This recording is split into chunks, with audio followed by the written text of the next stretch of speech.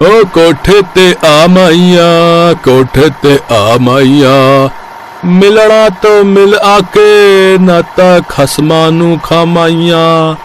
हुण मिलना ते मिल आके नहीं ता खसमां नू खामाइया। ओए जीते आगे गाओ। क्या करूं?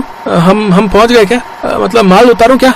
ओए खसमां नू खाड़िए, और जब झेली नहीं जाती तो इतना पीता क्यों है बे? अभी नहीं पहुंचे, मैंने बोला गाना पूरा कर। ओ कोठे ते आ माइया। ओ गुरु आप ही गाओ, मैनू सोने दो। अबे उठ, नींद तो मुझे भी आ रही है। तो आप भी सो जाओ ना गुरु थोड़ी देर, 1-2 घंटे के लिए लगा दो ट्रक कहीं पर और मार लो एक बढ़िया सी झपकी। अच्छा, और कहाँ लगाऊं ट्रक? इस सुनसान जंगल में? अबे माल से भरा ट्रक है, जोखिम नहीं ले सकते बिल्कुल भी। जमशेद और उसका हेल्पर जीत आपस में बातें कर ही रहे थे कि तभी अचानक उन्हें कुछ झटके से महसूस होने लगे। ओए, एक ही होने लगा। गुरु लगता है अब तो अपना ट्रक भी रुक कर आराम करना चाहता है। जीत के ऐसा कहते ही सच में जमशेद का ट्रक चलते चलते रुक गया और फिर जमशेद और जीत के लाख कोशिश करने के बाद भी स्टार्ट नहीं हुआ। ये देखकर जमशेद ने फिक्र करते हुए कहा, ओए काली जुबान, अब क्या करेंगे बता? करना क्या है? वो देखो गुरु, वहाँ सामने एक ढाबा है, वहीं चलकर पहले कुछ खाते हैं और फिर वहीं चारपाई पर फैल जाएंगे और क्या। और अगर कल ये ट्रक टाइम से मंगलपुर नहीं पहुँचा तो क्या होगा पता है ना तुझे? अरे कुछ नहीं होगा गुरु, मालिक बस 2-4 बातें सुना देगा आपको और क्या। सही बोला, लेकिन उससे पहले मैं तेरा क्या हाल करूंगा पहले ये देख ले। ये बोलकर जमशेद ने अपनी चप्पल उतारी और जीत को मारने के लिए उसके पीछे दौड़ा और जीत उससे बचते हुए सीधे ढाबे की तरफ भागा और फिर। अबे रुक जा जीते। गुरु अब जाने भी दो ना, आधी रात है, ट्रक भी खराब है, तो यहाँ रुककर आराम करने के सिवाय और कुछ नहीं कर सकते।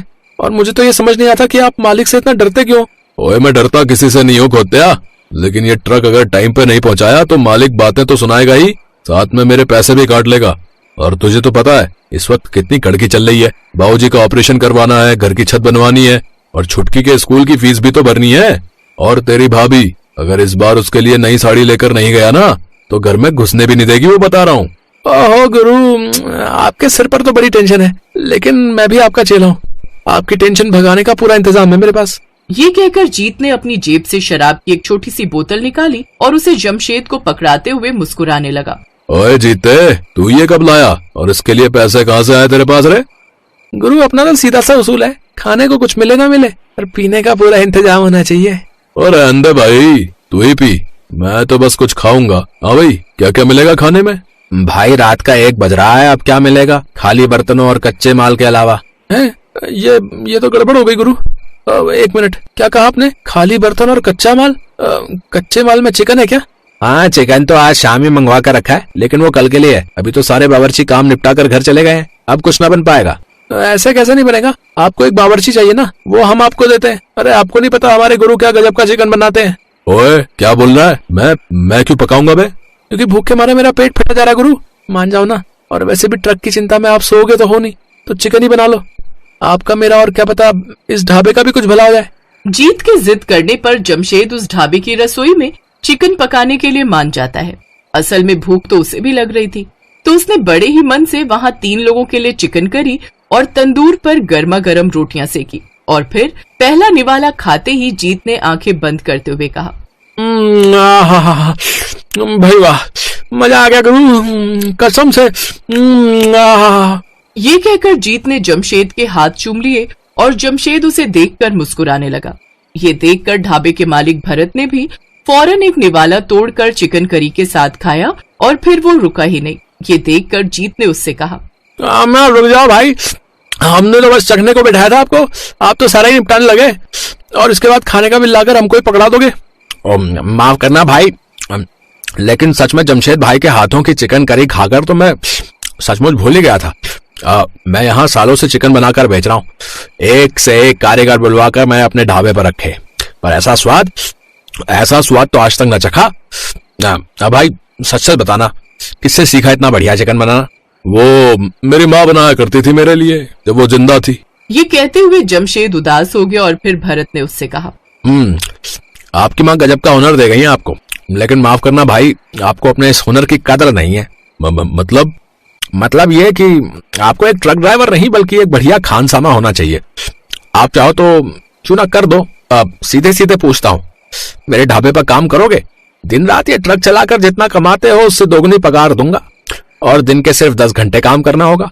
भरत की बात सुनकर जीत और जमशेद एक दूसरे को देखने लगे और फिर जीत ने जमशेद को साइड में ले जाकर कहा, क्या सोच रहे गुरु? फौरन हाँ कर दो, इससे अच्छा मौका फिर नहीं मिलेगा।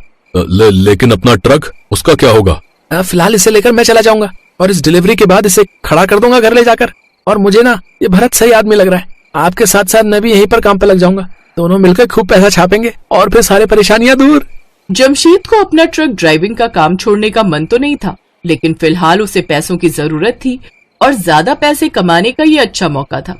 उसने भरत को हाँ कह दिया और अगले ही दिन से उसके ढाबे पर चिकन की कई डिशेस बनाने लगा। मेन हाईवे पर होने की वजह से भरत के ढाबे पर हर रोज कई बसें और गाड़ियां आकर रुकती थी, इसीलिए ग्राहकों की कमी नहीं थी उसके पास। और अच्छी बात यह थी कि वहां आने वाले हर ग्राहक को जमशेद के हाथों का स्वाद बहुत ही पसंद आ रहा था। भरत ने कुछ ही दिनों के अंदर अपने खाने का रेट दुगना कर दिया। उसके बावजूद ग्राहकों की तादाद बढ़ती ही गई और फिर एक दिन, उफ, भरत भाई ये चिकन खराब है, हमें इसे वापस करना पड़ेगा। दिमाग खराब है क्या? कटा हुआ चिकन वापस कौन लेगा? और वैसे भी ये परसों का आया हुआ है। तभी तो खराब हो गया। मैंने पहले ही कहा था कि चिकन कुछ कम मंगाओ, देखो हो गया ना खराब। कुछ खराब वराब नहीं हुआ है, तुम बढ़िया से पकाओ इसे, लोगों को कुछ पता नहीं चलेगा। क्या बात कर रहे हो भरत भाई, मैं ऐसा नहीं कर सकता, लोग इसे खाकर बीमार पड़ जाएंगे। अच्छा, और अगर तूने अभी के अभी इसे नहीं पकाया तो ये तेरे लिए अच्छा नहीं होगा। जमशेद को भरत की बात और उसका बर्ताव बिल्कुल भी पसंद नहीं आया। वो फौरन जीत के पास गया और बोला, जीते चल, अब यहाँ काम नहीं करना। क्या बोल रहे गुरु? अभी कल ही तो आपको पहली पगार मिली है और यहाँ काम नहीं करेंगे तो क्या करेंगे? फिर से ट्रक चलाने का इरादा क्या? हाँ, ट्रक भी चलाऊंगा और चिकन करी भी बनाकर बेचूंगा। मतलब? जमशेद के दिमाग में पूरी योजना तैयार थी। वो जीत के साथ जाकर अपना ट्रक वापस ले आया और उसी ट्रक पर उसने भरत के ढाबे के ठीक सामने एक नया ढाबा खोल दिया। जमशेद के इस चलते फिरते ढाबे पर लोगों की भीड़ पहले ही दिन से जमा होने लगी, क्योंकि जमशेद के पास पकाने के हुनर के साथ साथ एक ईमानदार दिल भी था, जो किसी भी सूरत में अपने ग्राहकों के साथ बेईमानी नहीं कर सकता था। दूसरी तरफ भरत के पास अब हाथ मलने के सिवाय कोई चारा नहीं था, क्योंकि अब ना तो उसके पास जमशेद जैसा बढ़िया बावर्ची था और ना ही ग्राहक। महेश अपने परिवार के साथ एक छोटे से गांव में रहता था। उसके परिवार में उसकी पत्नी रीना और 2 बच्चे थे। महेश अंडे सप्लाई करने का काम करता था। स्वभाव का बहुत ही गुस्सैल और थोड़ा मक्कार किस्म का आदमी था। रीना उसके स्वभाव से बहुत ही परेशान थी। बच्चे भी अपने माता पिता के आने के बाद डरे सहमे से बैठे रहते। ये क्या बनाया है खाने में है? जब देखो रोज दाल बना के रख देती है। जितने पैसे तुम घर में देते हो उससे सिर्फ दाल ही आ सकती है। सब्जी पता है कितनी महंगी है? मुझे नहीं खानी दाल वाल, मेरे लिए ऑमलेट बना के लाओ। रीना बहस करना सही नहीं समझती और रसोई में जाकर ऑमलेट बना लाती है। फिर बच्चों के लिए भी ऑमलेट बना देती है। माँ, तुमसे अच्छा ऑमलेट कोई नहीं बना सकता। सच में माँ, तुम्हारे जैसा कोई ऑमलेट नहीं बना सकता। कितना टेस्टी होता है। बस बस, इतना सर पर चढ़ाने की जरूरत नहीं है अपनी माँ को। रीना जो कुछ भी करती है महेश को कभी भी पसंद नहीं आता। छोटी छोटी बातों को लेकर वो रीना से लड़ाई करता रहता। एक दिन दोपहर को बच्चे अभी स्कूल से आए ही थे कि एक आदमी रीना के पास भागा भागा आता है। भाभी, महेश दुकान से पैसे चुरा कर भाग गया है और उसने मालिक से कर्जा भी लिया हुआ है। ये तुम क्या कह रहे हो भैया? मुझे तो इस बारे में कुछ भी नहीं पता। और कर्जा किसके लिए? हमें तो कर्जे की कभी जरूरत ही नहीं पड़ी। मैं तो बस आपको बताने चला आया। अभी थोड़ी देर में यहाँ पर पुलिस भी आएगी पूछताछ के लिए। हे भगवान, ये क्या हो गया? मुझे तो कुछ भी नहीं पता। मैं क्या बोलूंगी? उस आदमी ने तो मुझे कभी कुछ बताया ही नहीं। थोड़ी देर में वहां पर पुलिस पहुंच जाती है। वो रीना और बच्चों से पूछताछ करती है, लेकिन पुलिस जान जाती है कि इन लोगों को कुछ भी नहीं पता। इसलिए वो ये बोलकर चले जाते हैं कि अगर वो घर आए तो हमें इत्तला कर देना। पुलिस के जाने के बाद रीना सर पकड़कर बैठ जाती है। दोनों बच्चे आकर उसके आसपास बैठकर दिलासा देने लगते हैं। माँ, तू क्यों परेशान होती है? तेरे को पता ही था ना कि बाबा कैसे थे। हम है ना माँ, सब मिलकर कर लेंगे। रोते रोते रीना अपने बच्चों को गले से लगा लेती है। अब उसे सामने आगे का समय बिल्कुल अंधकार में दिख रहा था। वो तो पढ़ी लिखी भी नहीं थी कि कहीं नौकरी कर लेती। क्या काम करेगी ये भी वो नहीं सोच पा रही थी। अभी तो वो उस दुख से उबर भी नहीं पाई थी कि महेश धोखा देकर चला गया है। 2-4 दिन इसी तरह निकल जाते हैं। मरता क्या न करता। आखिर में रीना को घर से काम के लिए निकलना ही पड़ा। पर उसे समझ में नहीं आ रहा था कि वो आखिर करे तो क्या करे। शाम के समय वो दोनों बच्चों के साथ बैठी होती है कि तभी माँ, बहुत तेज भूख लगी है, तो हमारे लिए ऑमलेट बना दे, हम उसी के साथ रोटी खा लेंगे। तभी रीना को एक आइडिया आ जाता है। वो जल्दी से बच्चों के लिए खाना बनाकर लाती है और ऑमलेट बनाने का सामान लेकर आती है। अगले दिन सुबह बच्चों के स्कूल जाने के बाद रीना सारा सामान और अंडे की 2 ट्रे और 2 ब्रेड के पैकेट लेकर बाजार में अपनी एक छोटी सी दुकान लगा लेती है। वो पहली बार इस तरह का काम कर रही थी, जिसकी घबराहट उसके चेहरे पर भी दिखाई दे रही थी। तभी 2 अंडे का ऑमलेट बना दो, जरा तीखा बनाना, और 2 ब्रेड लगा देना, ठीक है? हाँ जी, अभी लीजिए, मैं बनाती हूँ। रीना फटाफट तवा गर्म करती है और उसके ऊपर ऑमलेट बनाने लगती है। ऑमलेट बनाकर घर की चटनी के साथ उस आदमी को ऑमलेट खाने को देती है। अरे वाह, मैंने इतनी जगह आमलेट खाया, लेकिन इतना टेस्टी आमलेट है मैंने आज तक नहीं खाया भाई। है और चटनी ने तो 4 चांद लगा दिए भाई। कमाल का आमलेट बनाती हैं आप। हाँ, कमाल का। रीना उसे धन्यवाद बोलती है। तभी एक और आदमी अपने बेटे के साथ आता है। 2 प्लेट ऑमलेट बना दो, एक में तीखा कम रखना, ठीक है? ऑमलेट खाने के बाद वो आदमी भी ऑमलेट की बड़ी तारीफ करता है। भाई मैंने तो आज तक इतना परफेक्ट ऑमलेट नहीं खाया है।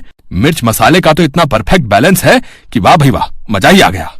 ये सुनकर रीना के अंदर थोड़ा सा आत्मविश्वास जागता है। शाम तक रीना काफी सारे ऑमलेट बेचकर घर आती है। बच्चे घर पर उसका इंतजार कर रहे होते हैं। अपनी माँ को पहली बार काम से आता हुआ देखकर वो दोनों भागकर अपनी माँ के लिए पानी और चाय बना लाते हैं। माँ तू कितनी अच्छी है, तुझे हमारी कितनी फिक्र है। बाबा ने एक बार भी हम लोगों के बारे में नहीं सोचा और हमें इस हालत में छोड़कर चले गए। बस मेरे बच्चों, पीछे की सारी बातें भूल जाओ और आगे अपना भविष्य देखो। अब हम तीनों को मिलकर अपना आज अच्छा करना है ताकि हमारा भविष्य अच्छा हो सके। माँ, हम भी तेरे साथ शाम को ऑमलेट बनवाने में मदद किया करेंगे। हाँ माँ, हम स्कूल से आकर जल्दी से अपना काम खत्म कर लेंगे और फिर शाम को आपके साथ मदद किया कर। तीनों माँ बेटे बड़े हौसले के साथ अगले दिन से अपना काम और अच्छे से शुरू करते हैं। अब शाम को रीना के पास ग्राहकों की भीड़ लगने लगी। अमित और राहुल ग्राहकों को ऑमलेट सर्व करते थे। अब रीना ऑमलेट ही नहीं बल्कि उबले हुए अंडे और अंडे, मसाला ऑमलेट, बटर ऑमलेट और अंडा मैगी बनाने लगी। उसके पास अब हर तरह के ग्राहक आते और बच्चों को खासकर अंडा मैगी बहुत पसंद आती है। तीनों माँ बेटा बहुत मेहनत कर रहे थे। देखते ही देखते उनकी दुकान बहुत अच्छी चलने लगती है और आमदनी भी अच्छी होने लगती है। राहुल और अमित सुबह दिल लगाकर पढ़ाई करते और शाम को अपनी माँ की मदद करते हैं। बस माँ, कुछ दिन की बात है, फिर हम लोग अपनी पढ़ाई पूरी कर लेंगे और कहीं ना कहीं अच्छी नौकरी भी करने लगेंगे। भाई मैं तो नौकरी वोकरी नहीं करूंगा, मैं तो बस माँ के काम को आगे बढ़ा लूंगा। मैं कहता था ना माँ, तुझसे अच्छा ऑमलेट और कोई नहीं बनाता। देखो आज तुम्हारे हाथ का ऑमलेट कितना फेमस है। मेरे बच्चों, मैं जानती हूँ तुम सुबह से लेकर रात तक लगे रहते हो, कितनी मेहनत करते हो। देख लेना, एक दिन भगवान तुम्हारी मेहनत का फल तुम्हें जरूर देगा। धीरे धीरे समय बीतता है और रीना के दोनों बच्चे अपनी पढ़ाई खत्म कर लेते हैं। वो अपनी माँ का साथ इसी तरह देते हुए आ रहे थे। राहुल ने तो पहले से ही ठान लिया था कि जैसे ही उसकी पढ़ाई खत्म होगी वो कहीं अपनी छोटी सी दुकान कर लेगा। माँ, क्यों ना हम लोग मिलकर एक दुकान ले लें? तुम्हारे ऑमलेट वैसे भी लोगों को बहुत पसंद आते हैं। बरसात भी आने वाली है, कितनी बार भारी बारिश की वजह से हम लोग रेडी नहीं लगा पाते। ये बात तो तूने 16 आने सच कही है। बरसात में कई दिन हमारे बगैर कमाई के ही निकल जाते हैं। माँ, राहुल ठीक कह रहा है। कल मैं और राहुल जाकर कोई दुकान देखते हैं, वहीं आसपास ही लोगों को पता चले हम लोगों की एक दुकान भी है। मैं जानती हूँ मेरे दोनों बेटे बहुत समझदार हैं। वो जो भी फैसला लेंगे सही लेंगे। अगले दिन दोनों भाई दुकान देख लेते हैं और किराया देने के बाद वो अपनी माँ के साथ वहां पर अपना काम शुरू करते हैं।